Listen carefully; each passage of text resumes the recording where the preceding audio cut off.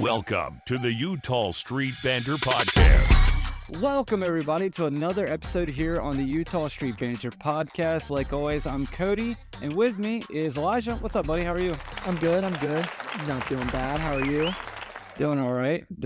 I mean, it's a lot less stressful now that I don't watch much baseball, so that's good. Yeah, honestly, I've had kind of a revelation in my life that this past weekend, sports-wise, was just phenomenal. And it's because I didn't have to stress over the Orioles. Yeah. The Cowboys, our favorite football team, they didn't play. Right. And, the only sport that I'm going to care about at this point forward, because they're just probably the best team ever, is the Capitals. The Caps, or hockey team. They're doing great, so life's okay right now. Right. Yeah, we're doing good. Yeah. That's how I'm looking at it. It's funny because my wife told me that for my birthday, which is coming up, just to let you know, just so you know. I know it's coming up. So you're 45, right? Yeah, right. Yeah.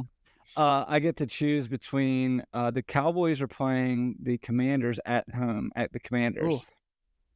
So I can choose to go to that game or to a Capitals game. And the Capitals game is like a giveaway, like a retro jersey giveaway. And I'm just like, man, I've never seen the Cowboys play in person. Yeah. Neither have I. But I used to go to the Caps. Yeah. I go to the Caps a lot. Do you see them go get beat by Jaden Daniels or? Yeah, that's what I'm saying. I don't want to go and watch them lose. Yeah, all I'm saying is if you go to the Capitals game, I better have a ticket waiting for me too. Yeah, I hear you. Yeah, it was just one of those things where I'm like, man, I should want to go to the Cowboys game, but I don't feel like we're that good. No, well, that's like I was talking to. I've been talking to some Eagles fans up here and even a Commanders fan, and who would have thought at the beginning of the year that a Commanders fan would be the happiest out of a Cowboys, Eagles, and Commanders fan? That's just it feels weird. It's off. I tell you, I don't know. You know what else is off? What? The stupid New York Yankees being in the World Series. Yeah, that sucks. It sucks. The Guardians couldn't come through. Yeah, and basically anybody I rooted for lost. Yeah, literally everyone. So who do you think wins the World Series and how many games? So I'm not even the games. It's so just like there's no way. I'll say I think the Dodgers will win, and that's me being hopeful. Yeah. In the back of my head, it's of course the stupid Yankees are going to win, of course. Right. But I think the Dodgers are, and I think even a Yankees fan could agree, they're the better team on paper at least. And really, the later they've gotten into the playoffs, their stars have been doing what they're supposed to do. Right. Their pitchers aren't doing great, which isn't good going up against the Yankees because their offense has been doing good. It's definitely scary. Judge has gotten hot for the Yankees. But right now you have Ohtani.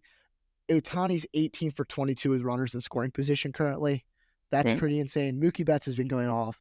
You even had Tommy Edman was the NLCS MVP. Isn't it crazy? Yeah. It's just out of all the people doing good, that's their guy right now. Right, and right. That's just that makes me feel better that you kind of have that guy stepping up at the right time. I don't know. It's just the Yankees, it scares me that they might win, and I really don't want them to, but I'll say Dodgers in 6. Dodgers in 6, yeah. I am going to say... You have to say Yankees now because I said Dodgers. Yeah, actually, I was going to say it the whole time. I say Yankees in 5. Okay. And the only... Yeah, that's what I say, and I say Soto's MVP. Yeah. That's what I think. I think... I never wanted to be more wrong in my entire life. Now, I will say, if the Dodgers win, it's... Even if someone does play better, I feel like it's hard for them not to give MVP to either Ohtani or Betts. Yeah, well, I'm pretty sure Ohtani could strike out every time, and somehow they'll give it to him. Yeah. Like, it's going to... He would be the one guy that if he has a good series, the Yankees could win, and he'd still get MVP somehow. But no, I don't know. It's the thing that scares me is that the Yankees pitchers are much better than the Dodgers pitchers.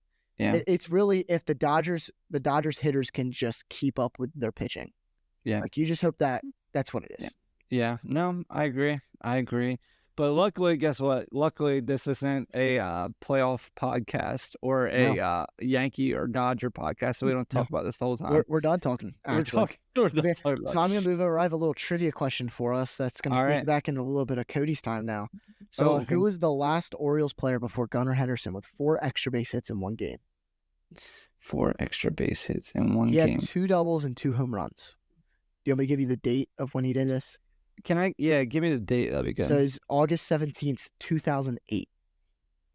Oh, August 17th, 2008. Was he an outfielder? No.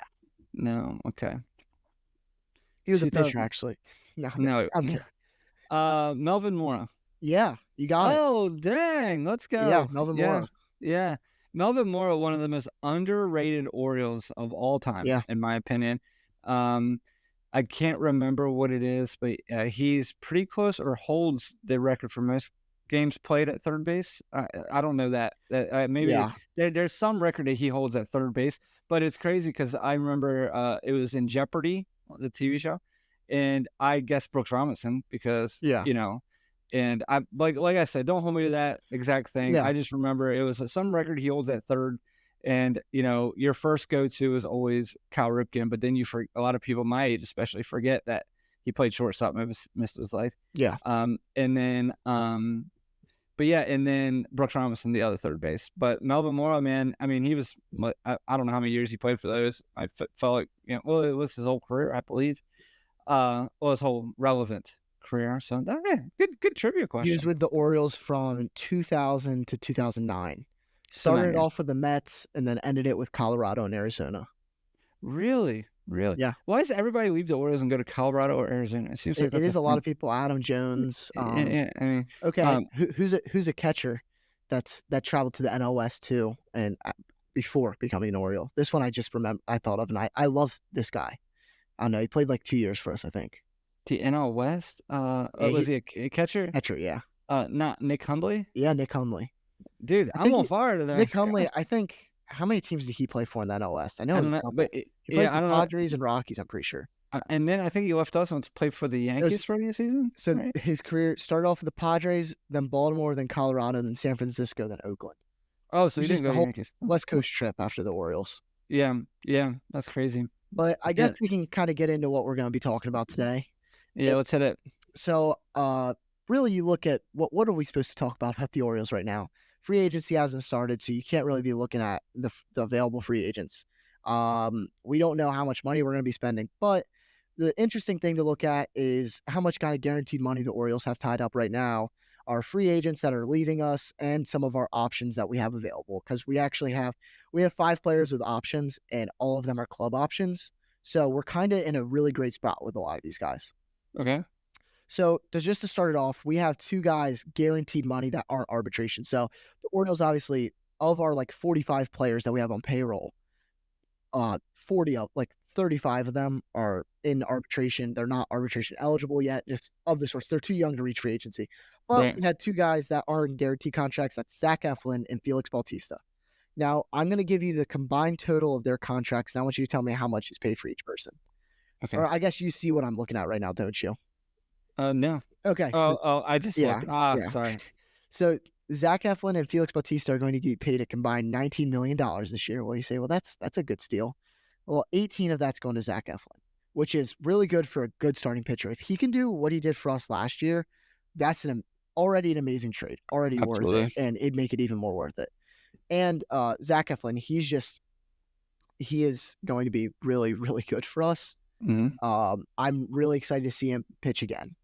$18 million for a premier pitcher is nothing. And then Felix Bautista is getting paid $1 million. Even if he misses half the year because of his Tommy John surgery, that's a steal. If he can come back and be any semblance of himself, that is amazing for us. Mm-hmm. But I'll start with our options because I feel like those are a little more cut and dry than our free agents and stuff. So we'll start with Eloy Jimenez. We traded for him in the middle of the year from the White Sox, and he has a $16.5 million club option. So this is what we'll do. I have for us, we can do a 1 to 5 scale if we re-sign or opt into these contracts. What would you grade this? What give me the grading options? 1 to 5. 1 to 5, like 5 is the most probable? 5 is the most, yeah. 1's the least. 1. Yeah, that's where I'm at. There's not. If we have him on the team, he gets a restructured contract. The thing that sucks is he does have a $1.5 million buyout for his option if we just want to cut him. But I really doubt I'd expect a deal to get done because he also knows he's not making that anywhere. You could maybe see a restructure of like a 2-year, $10 million maybe. I don't even know if he's worth that. That's still a Right. little pricey. When the Orioles, I'm assuming we're going to be trying not to spend a whole bunch of money. We'd want it to be someone like him's not really worth the money. Next guy's Ryan O'Hearn. This one's very interesting to me. He has an $8 million option. Yeah. I say 4. Okay. Well, hold on. 4 would mean where you're probably going to keep him, right? Yeah. All right. So no. I'll say a 2 because I think that we don't sign him and then re-sign him. Okay. I don't know if that would happen just because he might be worth more than $8 million. Maybe. But not to the Orioles. That's what I'm saying. Is you got to think he could go to out of 30 teams, he's a major league starter on probably 8 maybe. Okay. And I think he can make more than that on certain teams. Yeah. With us, I don't think he's worth that. Right. And that's nothing against him. It's just if you're going to have Ryan Mountcastle keep on playing, if Kobe Mayo is going to be getting reps at first base, if we have Ramon Arias, if Emmanuel Rivera sticks around for next year and can play some first base, even if Heston Kjerstad mixes in at first base, I think there's just other options. I'm going to put it at a 3 though, because I think if we go after some other free agents, he's money that we might not continue with. Right. If it's a thing where, okay, well we can re-sign Anthony Santander, but now we're a little bit over and we need to get rid of O'Hearn, I think that's a viable option there. Next, moving on is some pitchers. We have Sir Anthony Dominguez with an $8 million option. I believe this is a 5 for me. Yeah, this is a 4 for me. I would be shocked. We're already in a little bit of a hole in the reliever department unless they got a good feel that we're getting a lot of people in the free agent market. But I think he did well. I think he did everything he needed to do to stay in our bullpen. Yeah, no, $8 million is nothing for a really good bullpen arm. It's completely worth. Like if you were to say, well, $8 million for O'Hearn or Dominguez, which one do you pick? It's Dominguez all day. Yep. O'Hearn provides value, but we saw what happened to our bullpen at the end of the season. Even if Dominguez isn't a closer, we don't need him to be a closer. Even if he is our third or fourth man in the bullpen, that's still good. To be a playoff contender, you need a deep bullpen, and we're seeing it with the Yankees right now. Yeah, they're running through some great guys. Another guy is Danny Coulombe, and his is $4 million. If I could go above a 5, this would be above a 5 for me. Yeah, I'm going to say a 4 again, just in case there's something crazy. Or it's just, what's funny is I know we have new ownership, but I'm still so stuck on that the old ownership doesn't pay pitchers. And $4 million isn't paying a pitcher. Whatever minimum, whatever your version of minimum wage would be for a professional baseball player, it's probably 5 mil. Yeah. You know what I mean? So we're paying him under minimum wage. But I would be completely shocked. The only reason I think that something would happen is if our doctors are saying that there's something more, if there's more of a risk. Yeah. Because, of course, he was injured most of the year. Yeah, I don't think – I think his injury, luckily, isn't one of those that you see return. It was just bone spurs. Honestly, I'm not a medical professional. But it's not like he had – it was his elbow, but it's not like it was a ligament issue or something like that. I feel like this is kind of just a freak thing that could happen. $4 million for him, though, is absolutely nothing. If I had to pick any of these guys I'm listing, if we could only pick one, it's Danny Coulombe. Yes. Not even just because he's the best of these players. He's better than Dominguez.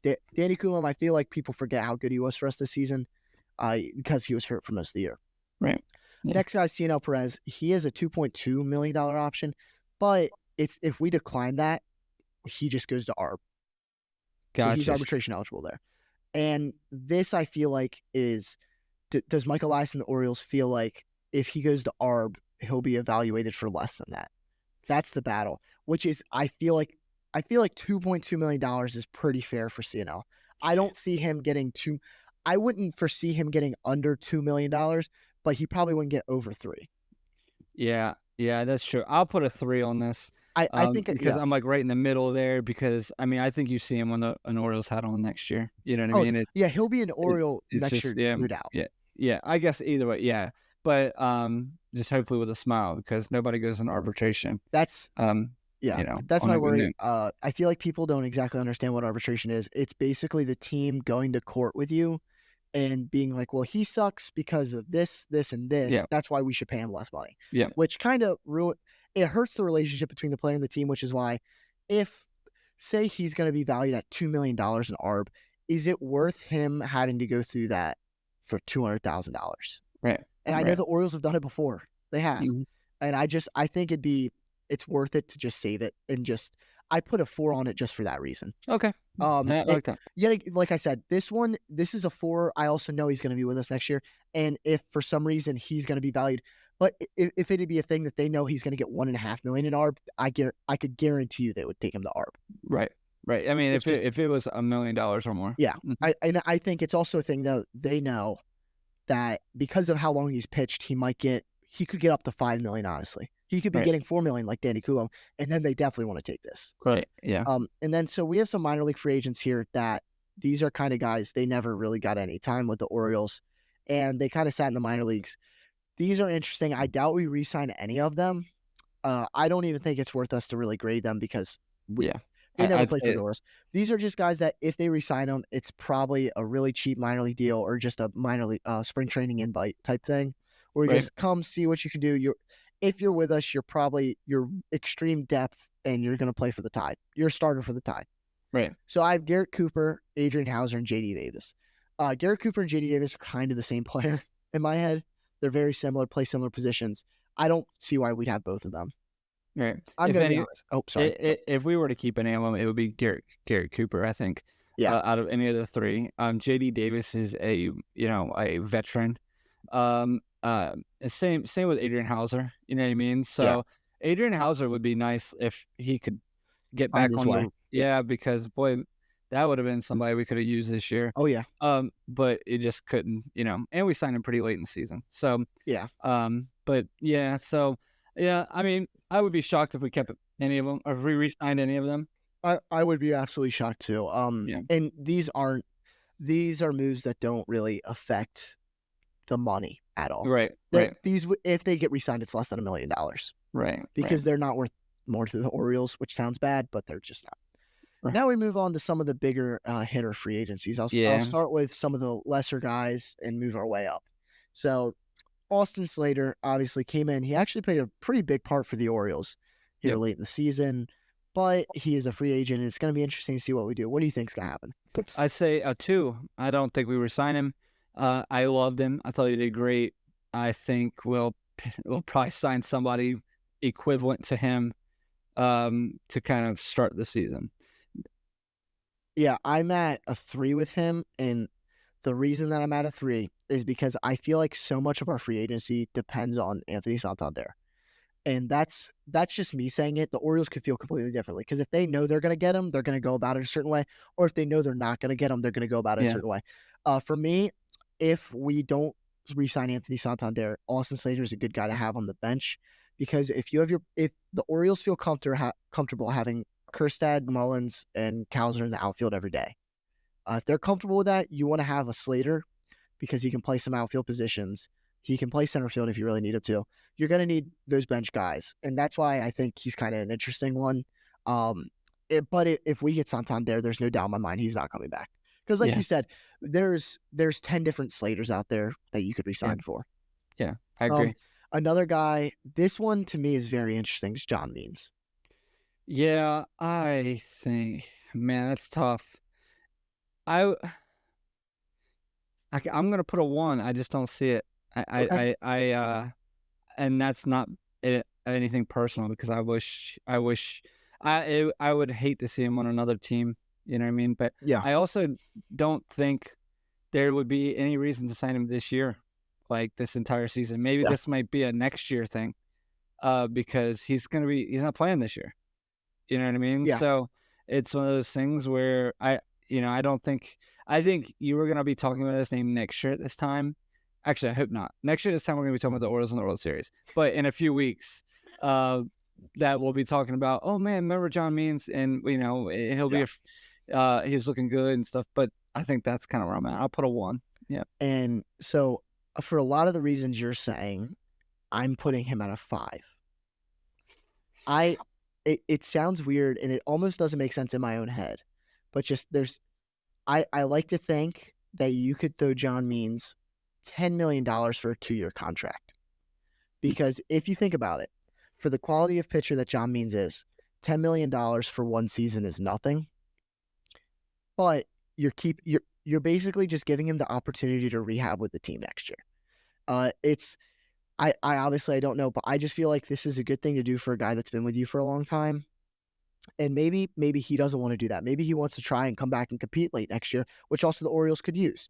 I just like to imagine that you throw him $10-15 million for possibly a return next year and the year after, or maybe even a 3-year deal for $20 million, because he's not going to get a lot. It's either that or he goes to play for the Nationals or the Rockies or something like that. Right. Because I don't think another contender that's not the Orioles is going to take a chance on him. God, don't put him on the Rockies, man. He'd be shelled there. Yeah. Yeah. But hopefully you're right. Hopefully you're right. I really like him. I really want him back. I mean, a lot of memories with John Means. Absolutely. Okay, here's another piece of trivia. So John Means, right? through this is something weird that I always remember. So John Means threw the most recent Orioles no-hitter, right? Yes. Okay. Do you remember who it was against? And do you remember the reason that he didn't throw a perfect game? Who was it against? I was watching it. Was it the Mariners? It was the Mariners in Let's Seattle. go. My Okay. God. Now, why was it not a perfect game? This one I don't think you're going to get. Ninth inning walk. I think it was the fifth, sixth inning, something like that. I don't remember when the game. Pedro Severino, great Orioles name there, catching, right? On a strikeout, Pedro Severino misses it, goes behind him, and they get a strikeout, and the guy gets to first base. Dang, dude. Dang. Okay, moving on. We'll go I to can't believe it. I'm just. That's the first trivia question I've gotten wrong, by the way. Just want to point that. Yeah, well, that is a pretty specific trivia question. But right. So next guy is James McCann. All right. This is for me a 3 because I want it to be a 5. I want to see James McCann as an Oriole next year. He did fine. He actually did really good towards the end of the year. Looked terrible in the playoffs, I will say. Had some of the worst at-bats I've ever seen from an Oriole in the playoffs in my limited knowledge of Orioles in the playoffs. But he did really bad in the playoffs. Had a great September, pretty good August. Did what we needed. He was a really good leader. And when you look at it, he was, you say he's our backup catcher. He caught a lot of games this year. Yeah, Adley was DHing 2-3 times a week. He caught a lot of games. Yeah. And I think that's someone that's really important. If Adley struggles again, you need someone like him. You need a leader. You need a veteran presence. I saw some articles and stuff that from players that were coming in, I think in the trade deadline, not like anonymous stuff, saying that James McCann was running the clubhouse. He was the leader there. And I think that's really important. And you're going to see it if he is lost, there's going to be a change. And maybe that's the change that needs to be made, or maybe it's not. I don't know. But, I agree. I put it at a 2. I don't think we resign him. I wish we would. I like James McCann. I have no issues with him. I think he is going to try to be a starter somewhere. I think, I can't think of, I just see him as like, he's probably not going to be because I can't remember the guy that starts, but like, he's going to be like a Miami Marlins starting catcher, something like that. Yeah. That's what I think, or like more of a platoon, like somewhere where they have a veteran catcher that they just need, a little help, or they have a super rookie catcher. Yeah, that's what I think. I think he's going to try to find more playing time. No, absolutely. I don't think that's wrong because that's fair to him too. I definitely could see him start to fill an Austin Hedges role. Oh yeah, there you go. He was the lifeblood of the Guardians this year. Mm-hmm. He's definitely more vocal on the field and stuff. Definitely a more fun guy than James McCann. Not saying James McCann isn't fun. It's just I think their personalities are different. But they're both definitely big leaders. And the reason Austin Hedges was batting in a playoff game when he had a 150 average this year is because of the guy he is and the leader that he is. And he's a good defensive catcher. And I feel like that's similar to James McCann. Yeah, I agree. Next on the list is Anthony Santander. Yep. I don't even know where to stand on this because I want him back because I think you can make a lineup that has Heston Kjerstad, Colton Cowser, Cedric Mullins, and Anthony Santander all fit in it. But I don't know who do you have as your third starting outfielder if you don't have Santander. Mm-hmm. Unless we sign somebody else, which is a very big possibility. We could go out and sign someone else, and we'll get into that another day of all the people that we could sign. And I feel like a lot of the people we're going to be saying is, well, we could get him if we don't sign Anthony Santander, or we won't get this person because we're signing Anthony Santander. I'll say a 3. I just wish I could be in the brain of Mike Elias and just know what he's thinking about this. Yeah. I say a 1. I am really nervous about this because we've been bit so bad by this type of player, like with this type of contract, because this just reminds me so much of the Chris Davis, because this is the big year that just my man shells out. He's boom or bust. He had a lot more boom this year than he's ever had, ever. He plays a decent outfield, decent defense.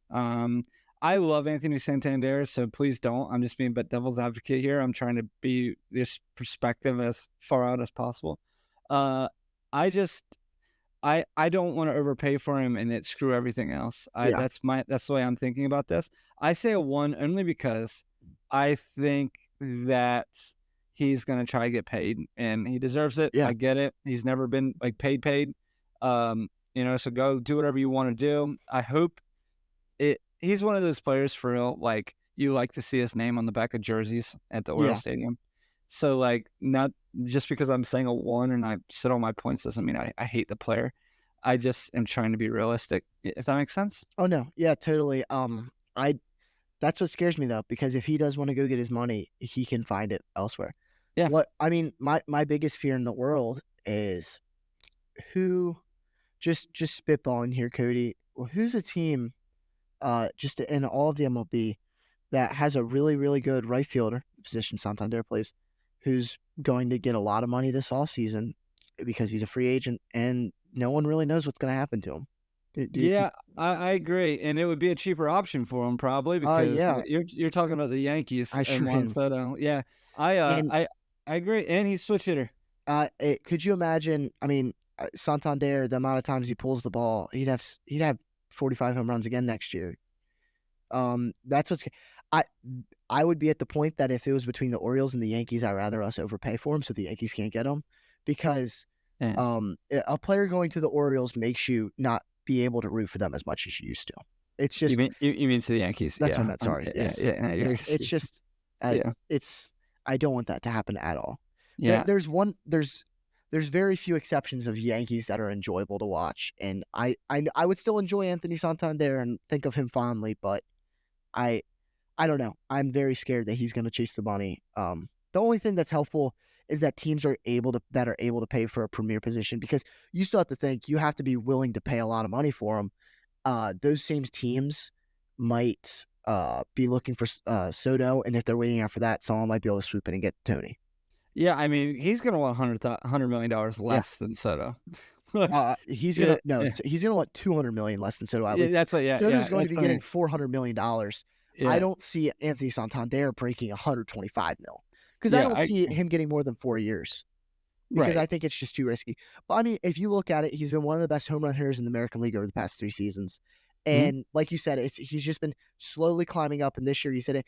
And even I know it's weird to say, but I feel like he had a better last year than this year because he wasn't really getting on base a lot this year. His slug was pulling through for his OPS. His batting average wasn't great.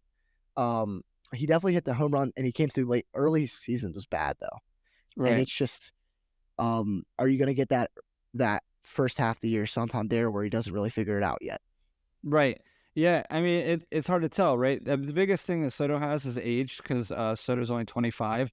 I mean, Soto's getting a 12-year deal probably. Yeah, and but I mean, you just look at the stats, though, they're not too far off. You have Santander had 44 home runs, Soto had 41.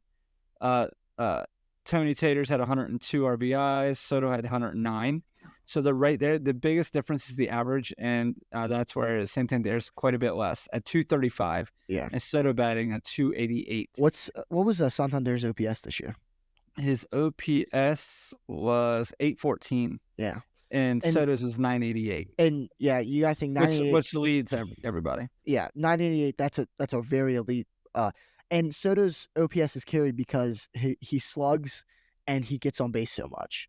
Yeah, He's the closest thing you have to a modern day Barry Bonds, just because of the amount of home runs he hits and the amount of walks he has. yeah, but Santander, even though it's 814, it's still third best in all of baseball in outfield. Yeah, So no, in right absolutely. field. So do you know who's number 2? I didn't. In right field, Yeah, this is all of baseball. American League or National League? This guy's in the National League. National League right fielder. I think I could tell you the division. Okay, tell me the division. NL Central. NL Central. Hold up. Let me just. I need to think real quick. Okay. Keep talking. I'm gonna be thinking because I've been crushing the trivia today. So you're getting ready. Everybody's like, "Oh my gosh, Elijah, he's so smart with all of his stats." And then they're going, "Cody, I was listening to that podcast, and you really." Cody has one good day. I have one off day, and everyone freaks out. Yeah. It's you've been playing spike ball all day, so you know. I sure have. I'm tired. I left it all out there. Left it all out of the court, right? That's funny. Could you give me a team? Oh, I can't give you the team. You're gonna know instantly. No, okay. Just think of NL Central. Christian Yelich. Now, Seiya Suzuki. Seiya Chicago Suzuki. Cubs. Okay. Yeah. That's not who I would have thought. Huh. But with 848. So Really? anyway, it's impressive. That's an underrated season right there. Yeah, absolutely. And I guess the last one we're going to talking about free agents trying to re-sign is Corbin Burns, right? So I don't think there's any chance. I say a 1, and I say the reason that it's going to be a 1 is I think we trade for a pitcher. Number 2, I think we can sign 3 pitchers for the price of Corbin Burns. You could probably sign actually an entire staff of pitchers. Yep. And I just I'm looking at the World Series, right? And looking at their pitchers, and Garrett Cole isn't Garrett Cole that we're used to. So he's still Cole. Playoff Garrett Cole's still good too. But that is no. I'm not dissing him. But I don't think either side has a dominant pitcher during especially this not one the series. Dodgers. Right. And they're both there. Yeah. They're both there. So I think what you can't have is a peak and valley pitching staff. You have to have a pretty level, that one guy that gets you, but then you need 2 or 3 other guys, at least 2, to really make sure you win a series. Yeah. And I rather have 3 Zach Eflins than 1 Corbin Burns. Yeah, because so like I said, I mean, when you look at the free agent list, and I know we're going to talk about this later, it's just I know there's people we can go out and get for the price. So like say you got a Max Fried, you got Kikuchi. Sounds great to me. You say Kikuchi, right? I wanted to trade for him. Right. And stuff like that. And then say, I don't know if he'll be healthy, but like a Shane Bieber, something like less low. But anyway, stuff like that. Like don't worry about the players I said. Worry about the where they are. That's what I'm talking about. The type of player. No, so absolutely. I think that's what you're gonna see. I think Corbin Burns did exactly what we needed him to do this year. You got us to another playoffs. Without him, I don't think we make the playoffs. So he did what we needed him to do. I say it's a 1. What do you say, Elijah? I said 1. You said 1. Okay. For all the reasons you said, he's going to be getting over $300 million, and I don't think the Orioles can afford that right now. It's odd to say because I know you were talking about how the Orioles, you still feel like we're not spending money on anybody, right? Right. Okay. So I want you to guess the Orioles' salary for this past season. I have no idea. 82 million. 109 million. 109.8 million. Okay. That's 22nd in all of baseball. Still pretty low. Okay. Just 2 seasons ago, when we weren't spending money, but we were 83 and 79. How much money did we spend? 90. 44.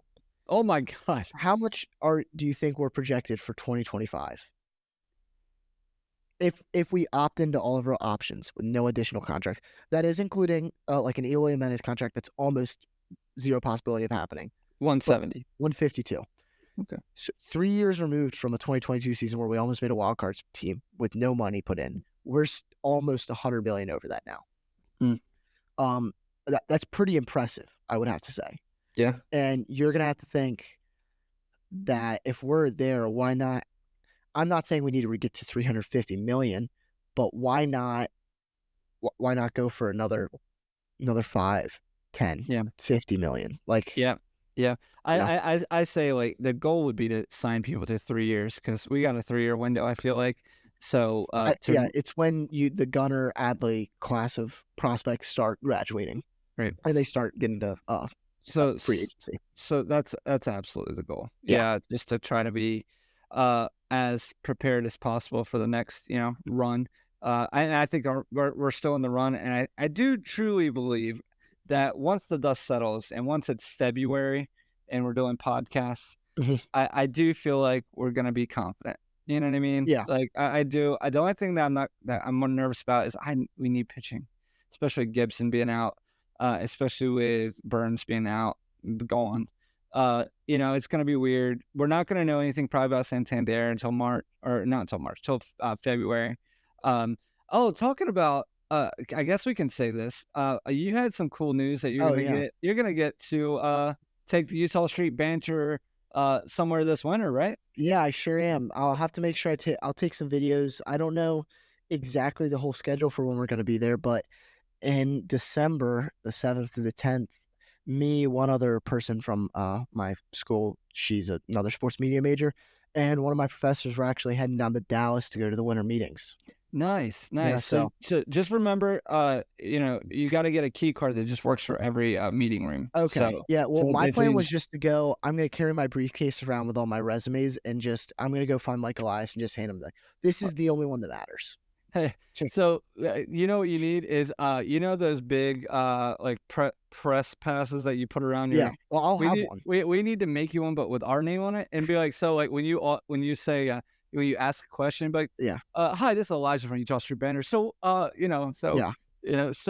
Hyde, what are you thinking about? We're gonna do. No, I guess Elias would be the guy. Yeah. Elias, what are we gonna do with?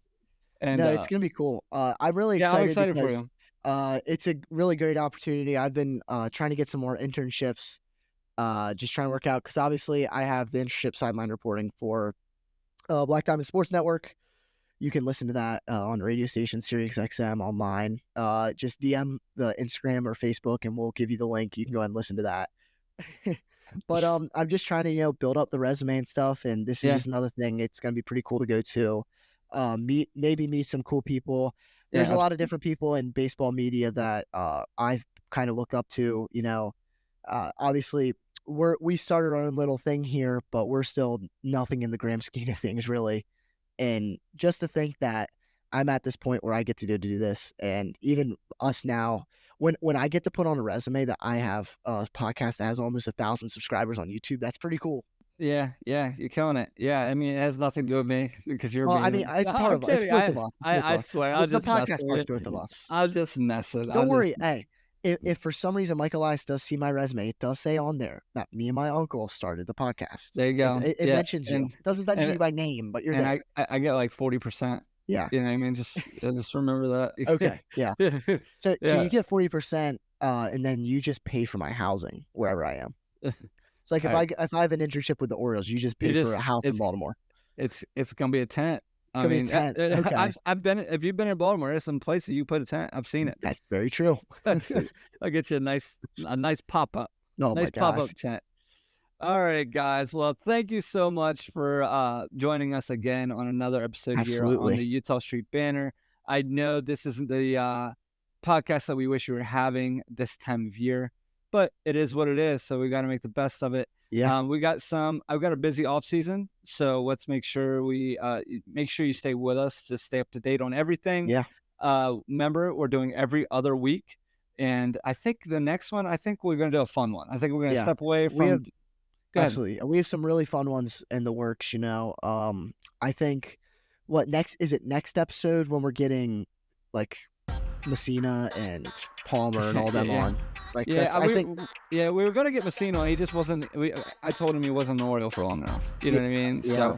So, and surprisingly, guys, we were much closer to getting Mike Messina on the podcast than you actually think. Yeah, right. Yeah, that one's not so insanely far off. Right. The rest of them are. Yeah, Palmer's that's a far off one. Yeah. We gotta teach him how to get on a laptop. Yeah. Oh, that's terrible. Kevin Brown would have to be able to walk him through the whole thing. Yeah, he would. Yeah, he would. Well, everybody, thank you so much. Like I said, we'll be back in 2 weeks. And please make sure you subscribe to our channel, subscribe to or follow us on all our socials, just Absolutely. to stay up to date so you can know when we're posting our new podcast. We're on Facebook, Instagram, and X.